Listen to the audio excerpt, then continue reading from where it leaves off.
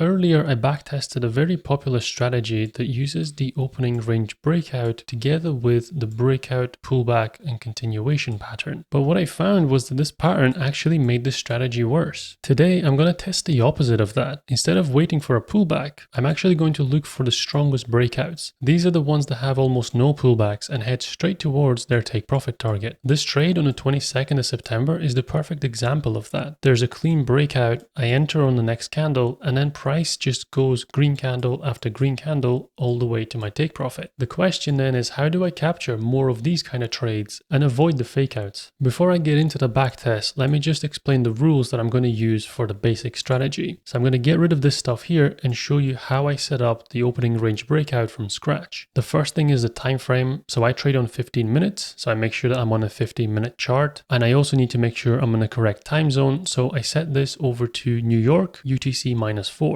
With that done, I'm then looking for the market open candle, which is 9:30. So that's this green one here. Once I have it, I'm going to mark out the high and the low, which together give me the opening range. I then sit and wait for price to break through this range. In this case, it actually happened immediately on the next candle, but it doesn't always. Sometimes price can bounce around inside this range before it gives me that breakout. The other thing that can happen is that price will wick up above, but then it'll come back down, close inside the range, and continue moving inside of it. I don't trade those breakouts. For me, I need to see confirmation, and that means price opens inside the range, breaks through, and closes outside of the range. If I don't see that happening, then I don't take the trade. I don't chase it, I patiently wait for this setup to come to me. In this case though, it happened right away. It was the first candle after the opening range was formed that we had this breakout candle, confirmation of a close up here, and that's basically all I need for my entry signal. As soon as that candle closes, I'm going long at the open of the next one. The stop loss placement can vary and it depends on the trader, but I always put mine at the bottom of the opening range. I find that this gives the trade enough room to go back if it needs it. The same thing goes for the take profit. Everyone has their own level that they look for. I've tested a lot of different combinations of this strategy, and I find that 1.5 times is the sweet spot for me. It gives me a good balance between my reward to risk ratio as well as my win rate. That's the basics of the trade, but I have a few other rules as well. So for example, I won't take any trades after 12 o'clock, and this is a result of my backtesting. I found that the trades that are happening first thing in the morning, they tend to be more likely to be profitable than the ones that come later in the afternoon. And that makes sense. I'm trading momentum here from the market open, so I'm expecting to see the majority of the move happening in this time window. 12 p.m. therefore is my cutoff. Even if I get a signal after that time, I don't take that trade. I wait for the next day. I also have a filter for the minimum and the maximum size of this opening range, because there are times when the opening candle is absolutely huge, so my opening range ends up being massive. The result is that if I do get a breakout through it, get an entry up here, well, the stop loss then is really big. So I just avoid those trades altogether. Likewise, if the range is very small, that makes it a little bit irrelevant and the breakout is a bit meaningless in that case. For that filter, I use the ATR, the average true range indicator, and I have a threshold for the minimum and maximum candle size compared to the ATR. I'm not going to go into all of the details of that right now. I have a separate video that explains it all and shows the backtest as well. And the last thing that sometimes people ask about is the stop loss. I have also backtested a trailing stop loss that does in fact work better than my fixed stop loss and take profit levels, but I haven't implemented it yet in my trading bot. So for now, I trade it with these fixed positions. I've backtested that as well. So if you want to know a bit more about how that works, you can check out that separate video. Now that I've covered the basic strategy, I want to start adding some improvements to it. And I'm going to focus on this trade to begin with, because this trade to me is a really good example of an opening range breakout. So I'm going to test some of the things that I notice about it. The first thing that I see here is that the opening candle is a bullish candle. The close is above the open and it's a green candle. So does that make a difference to the strategy performance? Well, I fired up my backtester for this and started running through all of the different simulations. But before we go into the results, let's see what the baseline is. This is the equity curve for my current strategy. So the strategy that I just described in detail, this is the backtest from 2020 to middle of 2025. It performed really well over that time. The balance has grown significantly, and this is what I'm going to use as my baseline to compare the other backtests to. So we begin test 1. which is going to be bullish versus bearish opening range candles. I started by isolating the bullish candles first. So this is where the 930 candle that makes up the opening range is green. It's a bullish candle, close is above the open. And this actually gave decent results. The equity curve looks very similar to the one I just showed. It kind of follows the same trajectory. However, the final balance is nowhere near as high. It's less than half of what I had with the overall strategy. So at first glance, this maybe isn't an improvement, but if I have a look at the metrics side by side, it actually tells a slightly different story. On the left is the baseline, and on the right is the modified test with the bullish candle. So you can see the massive difference between the final balances as well as the annual returns, but the max drawdown is also better in this modified test, and it actually didn't take anywhere near as many trades, which explains why the balance couldn't grow as much. But importantly, if I have a look at the win rate, I can see that that's improved by almost 2%. And when you're talking about trade strategy performance, small differences like that can have a really big impact. So that was an interesting start to this test, but then I thought, well, I've isolated the bullish candles, what about the bearish ones? This time I'm only taking the trades where the opening candle was bearish. It was a red candle, the close is below the open. And this is actually profitable as well. It follows a very similar trajectory, however the balance now is even less than it was with the previous test. So how does all of that look side by side? Well, if I compare all three results with the baseline test on the left and then the bullish only and the bearish only next to it, look at the win rate. My benchmark is 50.59. The bullish candles had a better win rate and the bearish ones had a worse win rate. So essentially this here is like an average of the two. The bullish candles perform best and the bearish ones drag the results back down. Notice also the annual return and the max drawdown on the bearish candles. It gives by far the worst result. I didn't really expect this to have such a big difference, but the win rate is almost 5% different between the two tests. And that tells me pretty clearly that if the opening range candle is green, is bullish, then that trade is going to be a better setup. We often talk about taking A+ setups and waiting for the best one. Well, this is a really clear example of a good setup versus an okay setup. The other thing that I notice about this setup, other than the bullish opening range candle, is the strong breakout. And what I mean by that is how far this candle moved away from the opening range. So perhaps if I measure this distance here and I set a minimum threshold for it, then I can filter out strong breakouts versus weak breakouts. And that's how I'm going to set up my second test. Going into it, my gut feel is that this is the better breakout and is more likely to be profitable compared to something like this, where it doesn't look like there's that much strength behind the move. So what I did was I measured the height of my opening range and then I used that as my threshold, and I specified that my breakout distance needs to be at least half of this opening range size. And that seemed like a good place to start, but this is the result of that test. So here I'm only taking trades if that breakout candle moved at least half of the orb size. And while the trajectory is similar to my original benchmark test, you can see that the overall performance and the final balance is really not that great. And that's further demonstrated by the metrics, where the win rate has actually dropped from my original strategy. This was really surprising to me, but I did pick this number of 0.5 just because it seemed like a reasonable place to start. So what I'm going to do next is test out all of the different multiples from 0.1 up to 1 times the orb size. And the results actually surprised me quite a bit. Along the x-axis, I have the breakout size as a fraction of the orb. So 0.5 was where I started, and this is the win rate that I got. Moving to the right, it means that the breakout is bigger. It's further away from the opening range. Moving to the left is the smaller breakouts. And from this, it looks like having a bigger breakout doesn't improve the results at all. In fact, the win rate seems to gradually get worse. And that picture is even worse when I plot the same x-axis against annual return on the y-axis. A breakout of 0.1 times orb is very tiny, so almost all of my trades are going to fall into this category. And this has given me a decent return, similar to what I got from my original backtest. But that return rapidly drops off as I increase the size of my breakout. These results are skewed a little bit because the trade number also drops off, so naturally the overall return is going to be smaller because there are fewer trades. But regardless, this result kind of blew a hole in the idea that a big breakout like this is stronger than a small breakout like this. It actually seemed to be the opposite. So I'm going to reverse this test, and I'm going to test for small breakout candles as opposed to big ones. And this is now the result of the opposite opposite test. I'm now looking for breakouts where they are smaller than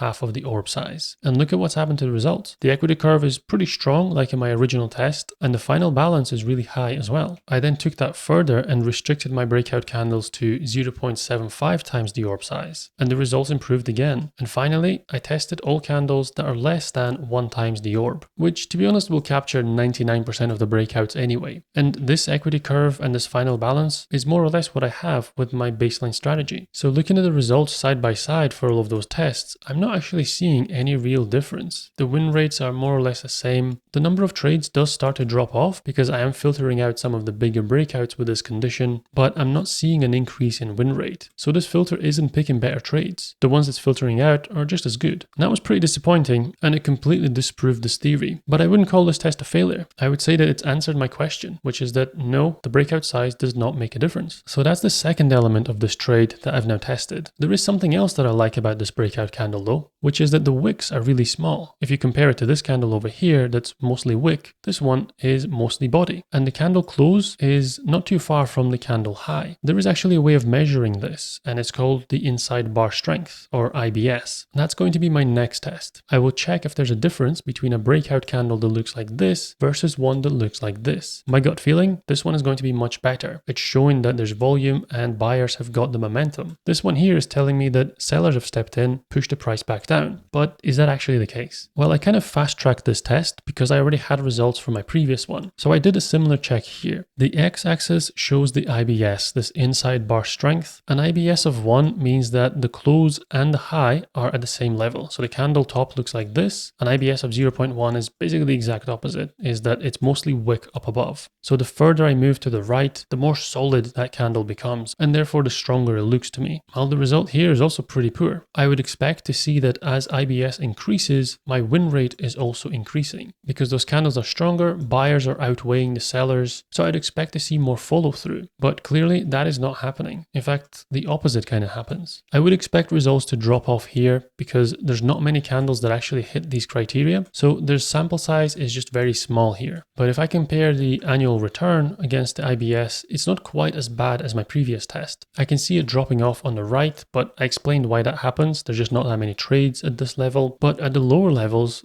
the annual return just gets worse and worse. I ran the back test anyway, so this is where I'm only taking trades where the IBS is greater than 0.5, which doesn't actually filter out that many candles. Most of the breakouts are pretty strong, so this final balance and this equity curve is very similar to the baseline strategy. There's no improvement here. I then repeated the test with 0.7 IBS. I got fewer trades, therefore the final balance was less, but the quality of the setups clearly didn't improve. So frustratingly, this one also doesn't work. It makes sense in theory that this is going to be a stronger setup than this one, but the data says that it doesn't matter. So this one goes in the bin and I move on to my next test. The next one is something that a few people have commented on in the past, and that is the VWAP indicator, the volume weighted average price. It resets at market open here, so that's why you can see all the lines go all together into one single point, and then it's supposed to move as a reflection of the volume versus the price. The idea is that by combining volume with price action, it gives a better indication of what's going on. And I had to figure out what my filter was actually going to be here. So the VWAP line is the blue line in the middle. The green lines either side are the deviations from it. My initial thought was that the breakout candle has to be above the VWAP line, but then I found that that's pretty much always the case anyway. So that wasn't going to filter much out. Instead, what I'm going to do is check if that VWAP line is above the opening range high when I get my breakout confirmation. That's basically additional compliments that yes, the price is broken out, but the volume adjusted price reflects that. And that is my test number 4. Testing out the VWAP. I started off with that test that I described. My VWAP has to be above the orb high at the time of my breakout candle. And the results actually look okay. The equity curve moves in the right direction and there is a slight uptick in my win rate. However, this filters out so many trades that in the end I end up with 150 trades over the course of 5 years. So the overall return is just not that great. Then I thought that I might be filtering too aggressively by only taking trades where the VWAP is above the opening range high. I decided decided to give it a little bit of buffer and say that as long as it's within the top 25% of the opening range, then it's okay. That's still showing that there's upward momentum. I reran my backtest with that new condition and the results didn't really improve that much. The equity curve still looks very much like my original backtest, but the final balance is less. So all that's happening here is that I'm just filtering out good trades. I know that a lot of people use the VWAP and maybe there's other ways that I could have tested it, but after the disappointment of both of those tests that I just ran, I decided that for me that was enough on VWAP, and based on my test results, it doesn't seem to improve the profitability of the individual trades. It just filters out a whole bunch of good ones. I went back again to this trade to look at what else I might be able to test. I've already tested the opening range and I found that actually makes a difference. I tested the size of the breakout candle as well as the IBS value, found that didn't really make a difference. But there is one more thing I noticed, which is that the breakout here comes immediately. It's the first candle after the opening range closes, that's where the breakout comes. As soon as I have the opening range defined, the next candle is my breakout. So does that make a difference? Is a trade like this better than the one that goes around in a range to start with and then breaks out? Well, I tested that next. And this test actually gave me different results to what I expected. So my belief was that, yeah, the first candle is going to be the best one. We've got momentum on our side, we've got a breakout, and the direction for the day has been decided. So I set up my test to only buy breakouts that happen at the 9:45 candle. And because I'm on a 50-minute chart, that's the candle that closes at 10 a.m. So it starts at 9:45, closes at 10. Well, I shouldn't really be surprised anymore, but this went completely the opposite direction of what I expected. Understandably, the number of trades dropped off because not many of them break out immediately, but the win rate dropped. So actually a breakout candle that comes right after the opening range is defined makes the trade worse rather than better. And at this point, it seems that whatever theory I have, the result turns out to be the opposite. So that's why I thought, okay, if it's not that candle, what about the candle after? And I tested the breakout of the 10 a.m. candle. This time the result is completely different. The equity curve is a little bit blocky because there's not that many trades. Overall, you can see it drops to 108. But look at that win rate. It's gone from about 50% in my default strategy almost to 60%. I do have to caveat this though, the number of trades is quite small, and with a small sample like this, it's possible to get these kind of outliers. But I still found this to be a really interesting result. It's the one thing that this trade didn't have, because here the breakout came immediately after the orb. But maybe my theory was wrong, and actually market direction isn't decided in the first candle, but there's actually a lot of back and forth in that time, and it's the candle afterwards that has a clearer direction. Or maybe my sample size is just too small and this is just a statistical anomaly. Either way, I thought the result is interesting. So for this one, it's not disproven, but it's a maybe. After all of these tests, I now have two things that seem to have a positive impact on the win rate. In my final test, test number 6, I combined those two things. The 10 a.m. breakout combined with a bullish opening range candle. Basically this setup here. The 9:30 candle defines my range and is bullish. The 9:45 candle does nothing, stays inside the range,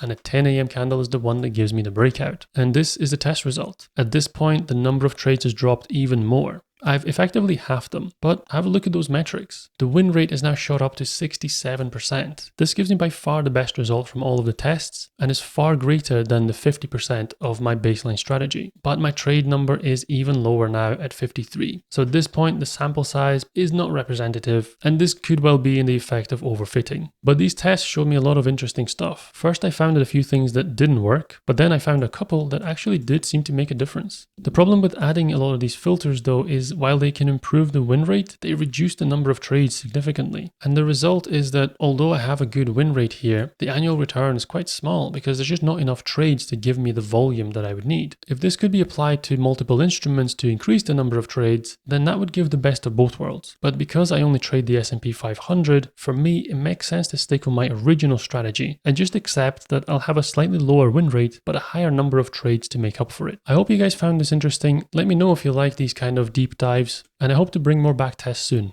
Thanks for watching.